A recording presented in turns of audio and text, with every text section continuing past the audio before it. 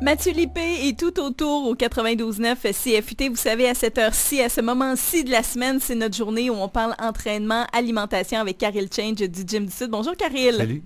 Aujourd'hui, on va parler alimentation.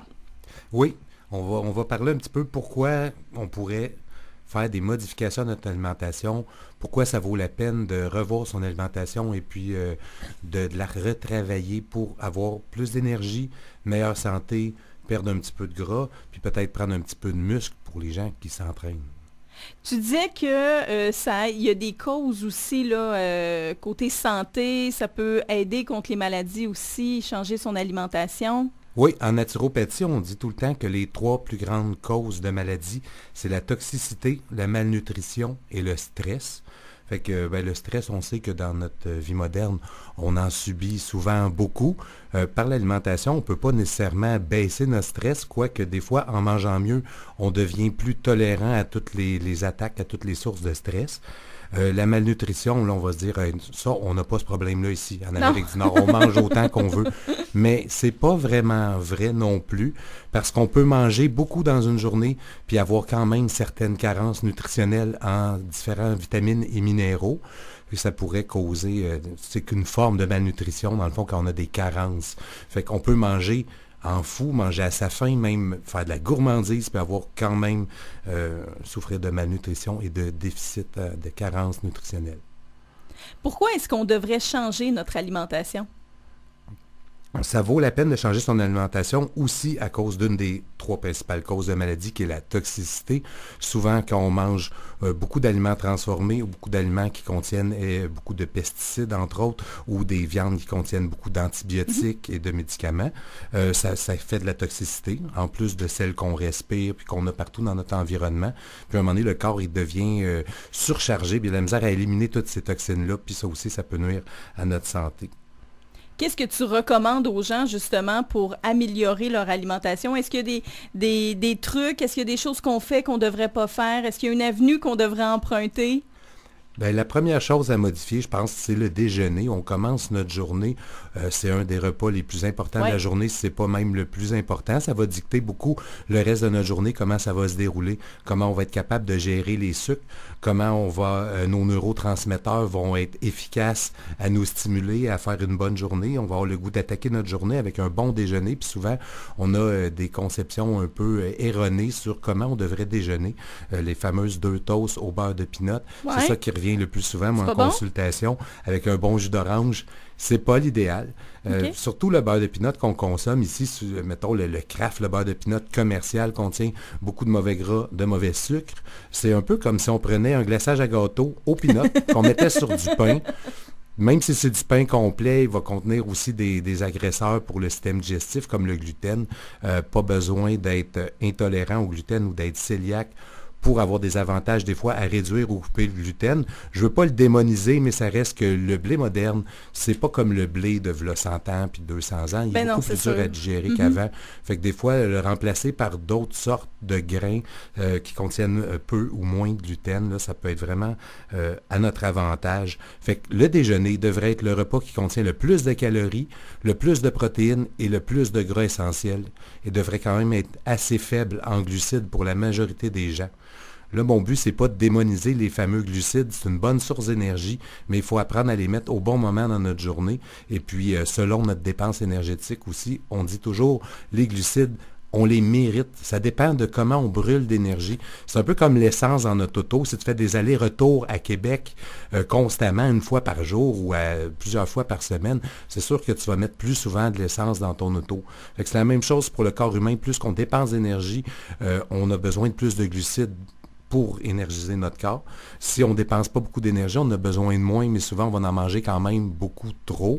Et le corps est très économe et il va sauver cette énergie-là pour plus tard. Il va la transformer en gras. Dans le fond, ça va être transformé en triglycérides qui vont être stockés dans les réserves adipeuses. Et puis, le corps va dire, on a ça pour plus tard si on n'a plus rien à manger. Parce que le corps n'est pas au courant qu'on a des épiceries, puis qu'on a de la bouffe, puis qu'il n'y a pas grand chance qu'on manque de nourriture. Ça ressemblerait à quoi un déjeuner typique d'une personne? Si on voulait se dire, bon, je veux pas avoir un plan nutritionnel, mais je veux quand même améliorer mon déjeuner, je vais avec quoi? Mais là, j'espère que vous êtes bien assis. Quand on parlait de sources de protéines, le viande et noix, c'est un des meilleurs déjeuners. Un steak. Oui, mais ça peut être n'importe quelle viande. Tant que ça a marché, nager, ramper, voler, ça serait considéré comme une viande. Oui, c'est ça, ça pourrait être du kangourou. Ça peut être n'importe quelle viande, avec n'importe quelle noix aussi, de varier ces noix. Les noix vont être une bonne source de gras, et puis la viande va être la source de protéines. On peut avoir des légumes avec ça, ou des baies, qui serait quand même un bon choix. Un fruit à indice glycémique bas, ça serait un bon choix aussi pour agrémenter notre déjeuner. Sinon, c'est sûr que les œufs entiers, avec le jaune, ça reste un bon choix. C'est très protéiné. Ça contient des bons gras. Donc, ça répond aussi aux normes qu'on aurait besoin pour faire un bon déjeuner. Mais là, je me vois pas trop faire cuire mon poulet, là, pour déjeuner. Moi, je me fais cuire souvent du saumon ou des boulettes de wapiti ou de bison. Mais quelqu'un qui est très pressé ou qui ne se voit pas faire cuire de la viande au déjeuner, elle pourrait être cuite d'avance. On pourrait juste la réchauffer. Et puis, je dirais que la période d'adaptation est environ 2 à 3 semaines. Puis, il y a un gros pourcentage des gens qui l'essaient et qui l'adoptent par la suite. Parce que c'est vraiment le cas. C'est comme en Asie ou autre, notre déjeuner doit ressembler davantage à notre dîner. On mélange nos cycles alimentaires, nous autres, dans une journée un peu. Oui, ça serait mieux même d'avoir un déjeuner qui ressemble à notre souper. Souvent, les gens au souper vont manger une viande, vont manger des légumes. Là, donc, leur souper ressemble beaucoup plus au déjeuner que moi je prends. Et puis le soir, avant de se coucher ou en fin de journée, un repas plus comme un déjeuner, donc qui contient plus de glucides, pourrait être intéressant parce que ça aide le corps à tomber en mode de récupération. Ça aide à amener nos hormones à être plus détendu. Dans le fond, c'est que je ne veux pas tomber dans les termes trop techniques, mais ça réduit le stress, ça réduit l'hormone de stress avant de se coucher, de manger des glucides. Si on n'en a pas mangé en surplus dans la journée, il n'y a pas de danger. Le fameux mythe, je vais transformer mes glucides en gras si je mange avant de me coucher. C'est pas vrai.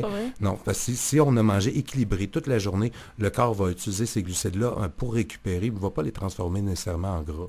Et là, on a une grosse panoplie de modes alimentaires depuis des années. Ça change à chaque année, c'est cyclique. Mais là, cette année, on est vraiment sur le vegan, sur les jeûnes aussi, mais aussi sur le cétogène. Ça, c'est pour ceux qui sont amoureux du bacon, selon ce qu'on peut lire là, comme information. Mais c'est pas toujours bon, puis ça s'adresse pas à tout le monde, ça. Oui, c'est que c'est peut-être là, à cause que c'est la mode, on se lance là-dedans sans trop savoir exactement ce que c'est. Pour la diète cétogénique, souvent les gens la font pas non plus comme ça devrait être fait. Ça, une diète cétogénique, ça implique que 80% de nos calories dans une journée va provenir des gras.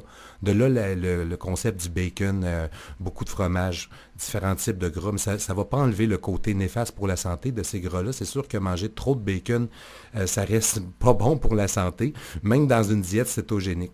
Dans une diète cétogénique, c'est qu'on va forcer le corps à utiliser le gras comme source d'énergie parce qu'on ne mange pas de glucides.